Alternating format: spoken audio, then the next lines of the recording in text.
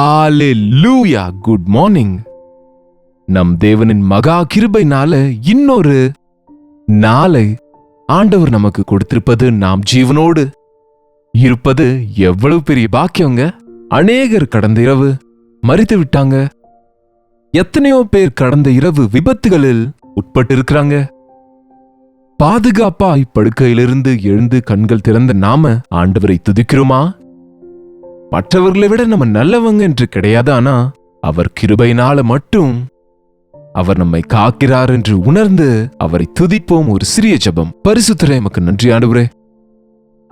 எங்கள் காலங்கள் உம்முடைய கரத்தில் இருக்கிறதப்பா. மரணத்தை தப்புவிப்பது உம் கரத்தில் இருக்கிறதப்பா.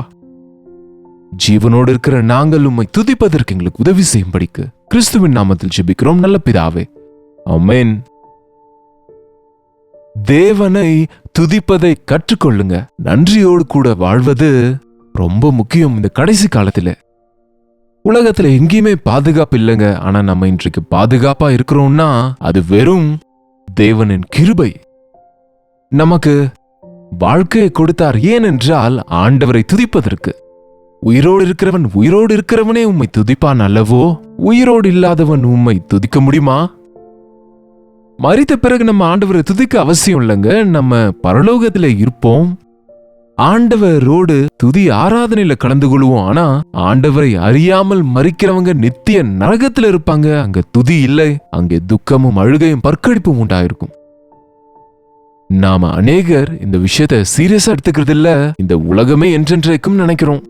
மரித்த பிறகு வாழ்க்கை உண்டென்று கிறிஸ்துவை இரட்சகராக அங்கீகரிக்காவிட்டால், நம்முடைய பாவங்களுக்காக மனம் திரும்பி அறிக்கையிட்டு அவைகளை விட்டுவிடாவிட்டால், நம்முடைய மனசாட்சியை நாம காத்து கொள்ளாம இஷ்டம் போல வாழ்ந்தால்,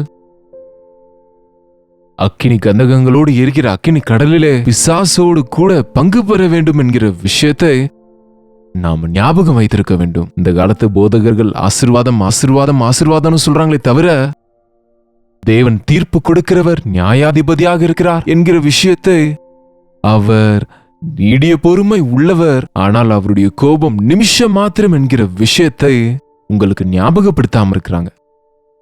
பாருங்க, அப்போஸ்தலர் நடபடிகள் 24ஆம் அதிகாரம் 24ஆம் வசனத்திலே ஒரு அதிகாரி இருக்கிறாரு. அவரு ஃபெலிக்ஸ். பாருங்க, அவருடைய மனைவி யூத ஸ்திரியா இருக்கிறாங்க. யாரு? துருசில்லாள். தன்னுடைய மனைவியோடு கூட வந்து பவுலை அழைப்பித்து கிறிஸ்துவை பற்றும் விசுவாசத்தை குறித்து அவன் சொல்ல கேட்டான். பவுல் சிறைச்சாலையில் இருக்கிறாரு. இந்த பவுலை இங்க சிறைச்சாலையிலிருந்து விடுவிக்க கூடிய சக்தி, அதிகாரமுடைய அதிகாரியா ஃபெலிக்ஸ் இருக்கிறாரு. பவுல் சிறைச்சாலையில வைக்கப்பட்டது ஏதோ குற்றம் செய்து கிடையாது, பாவங்கள் செய்து கிடையாது, மோசமோ பொய்யோ கலகமோ ஏதோ. அவர் எதுவும் கொள்ளையடிக்கலங்க. அவர் சுவிசேஷத்தை அறிவித்தார் என்ற காரணத்தால் அவரை சிறையில் அடைத்தாங்க. இப்ப நம்ம தேசத்துல கூட அநேகரை சுவிசேஷத்தை பிரசங்கிக்கிறாங்க என்ற பழியை போட்டு இப்போ அரெஸ்ட் பண்ணுகிறாங்க, சிறையில வைக்கிறாங்க, அவங்களை சித்திரவதை செய்யறாங்க என்ற விஷயத்தை நம்ம கேட்டுக்கொண்டுதான் இருக்கிறோம். பவுல் சிறையானாலும் மரணமானாலும் கிறிஸ்துவுக்காகவே என்று தீர்மானித்துக் கொண்ட ஒரு பெரிய தேவ மனுஷன். பணத்தை விரும்புகிறவங்க கிறிஸ்துவுக்காக பாடுகளை சகிக்காமல் தப்பித்துக் கொள்ளணும் என்று விரும்புகிறவன் தேவனை எப்படி மகிமைப்படுத்துவான்? தன்னுடைய ஜீவனையும் கூட தேவனுக்காக அர்ப்பணிக்க கூடியவனே உண்மையான விசுவாசி.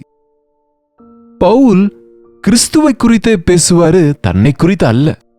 கிறிஸ்துவின் நாமத்தில் இருக்கிற வல்லமையை குறித்து வெளிப்படுத்துவார்.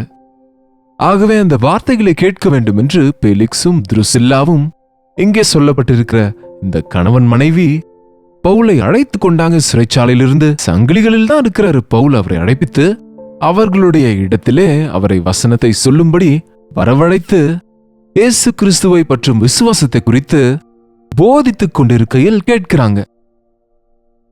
எவ்வளவு எவ்வளவு சுலபமான வழிங்க. இயேசு கிறிஸ்துவை விசுவாசிக்கிறவர்களுக்கு பாவ மன்னிப்பு உண்டு. எனக்காக என் ஸ்தானத்திலே இயேசு மரித்தார் என்று நம்பி தன் பாவங்களை அறிக்கை செய்து விட்டுவிடுகிறவன் ரட்சிக்கப்படுவான், நித்திய நரகத்துக்கு தப்புவித்துக் கொள்ளுவான். இப்படிப்பட்ட இந்த ரட்சிப்பு இலவசம். அவர் நமக்கு சமாதானத்தை கொடுப்பார் என்று இவர் சொல்லிக் கொண்டிருக்கையில் இந்த சுவிசேஷத்தை கேட்டுக்கொண்டிருக்கிறாங்க. பவுல் இனிப்பான சுவிசேஷத்தை சொல்லுகிறவர் அல்லங்க. பவுல் சுவிசேஷத்தை உள்ளதை உள்ளபடி சொல்லுகிறவர். ஆண்டவர் பெரியவர்னு சொன்னா எல்லாரும் ஹல்லேலூயான்னு சொல்லுவாங்க. ஆனா ஆண்டவர் உன்னிடத்திலிருந்து எதை விரும்புகிறாரு? உன் பணம் என்றால் கொடுத்து முடிச்சிடலாம். நீ அதை இதை தேவனுக்காக செய்யணும்னா செய்து விடலாங்க. ஆனா தேவனுக்கு உன் இருதயம் வேண்டும். உனக்கு நல்ல மனசாட்சி இருக்க வேண்டும். நீ தேவனுக்கு முன்பு நீதி உள்ள மனிதனாக வாழ வேண்டும் என்று பவுல் சொல்லுகிறாரு. அதனுடைய கருத்தை பாருங்க. அவன் நீதியை குறித்தும் இச்சையடக்கத்தை குறித்தும் இங்கே 25வது வசனங்க, அப்போஸ்தலர் நடபடிகள் 24ஆம் அதிகாரம் 25. அவன் நீதியை குறித்தும் இச்சையடக்கத்தை குறித்தும் இனிவரும் நியாய தீர்ப்பை குறித்தும் அவன் பேசுகையில் என்ன பிரசங்கிக்கிறாரு? அவர் அதிகாரியா இருக்கிறதுனால ஐஸ் வைத்தாரா?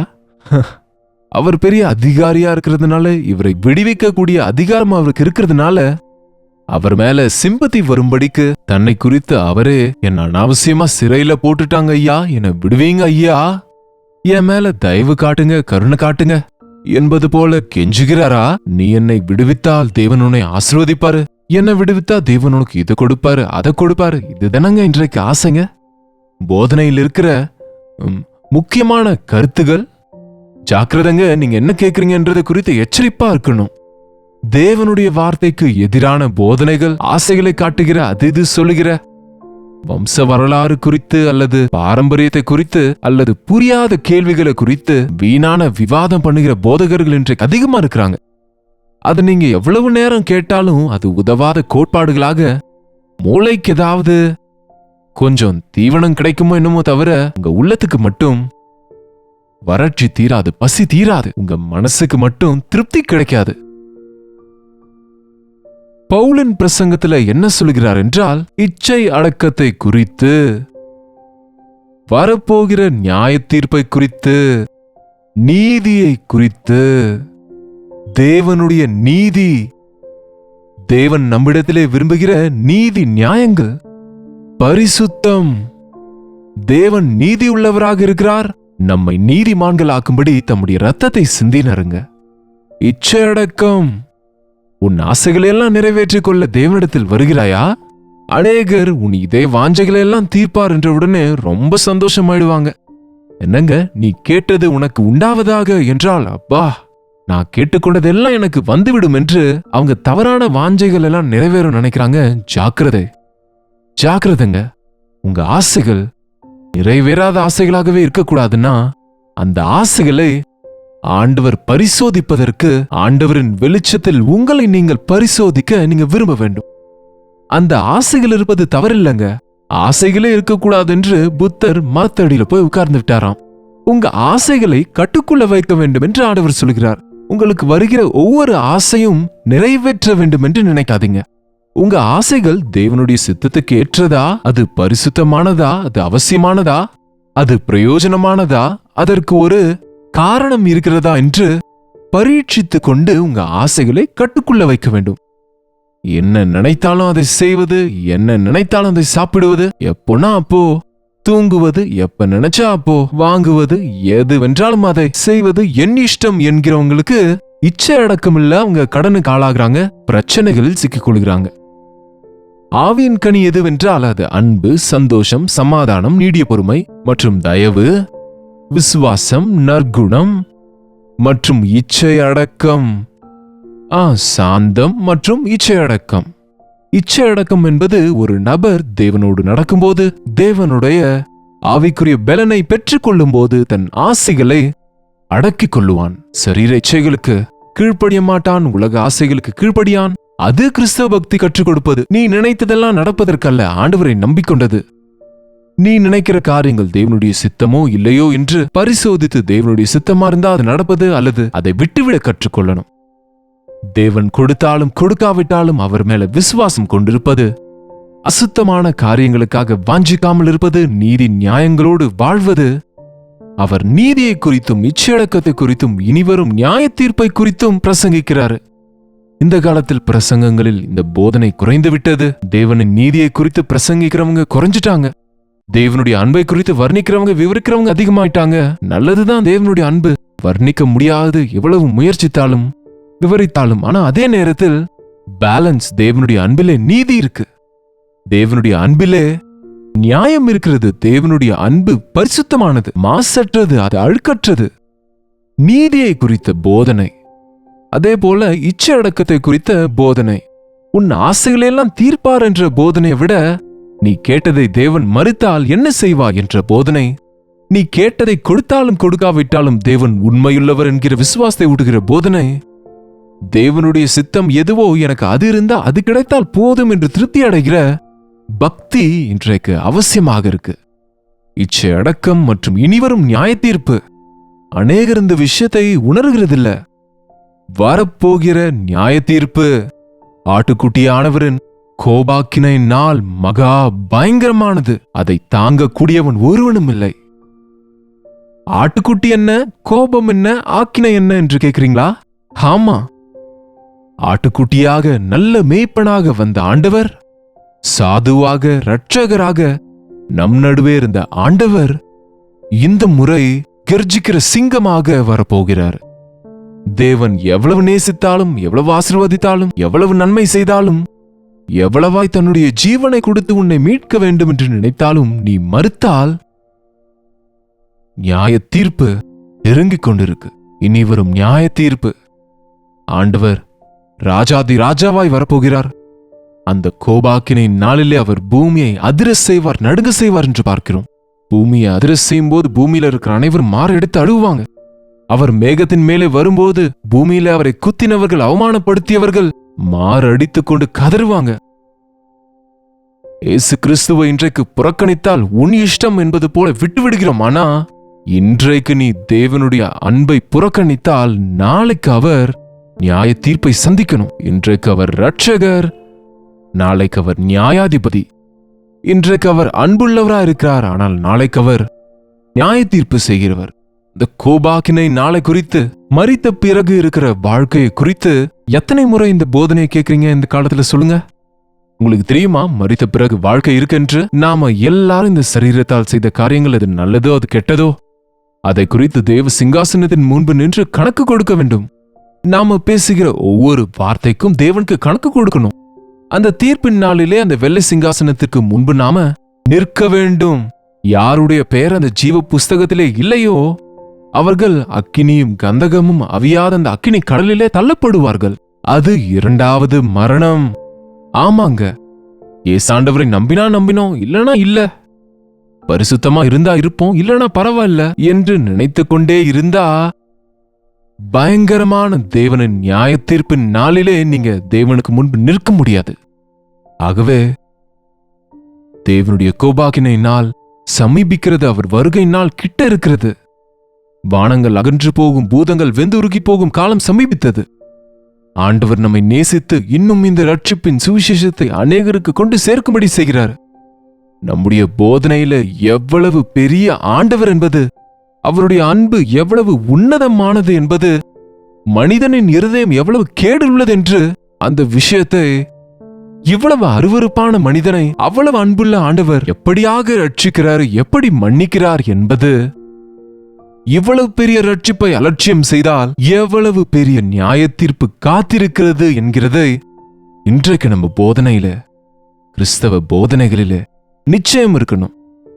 அப்படிப்பட்ட போதனையை நீங்க கேட்கிறீங்களா? உங்க இருதயத்தை சரி செய்து கொள்றீங்களா? ஜெபிப்போமா. பரிசுத்தரே, எமக்கு நன்றி ஆண்டவரே.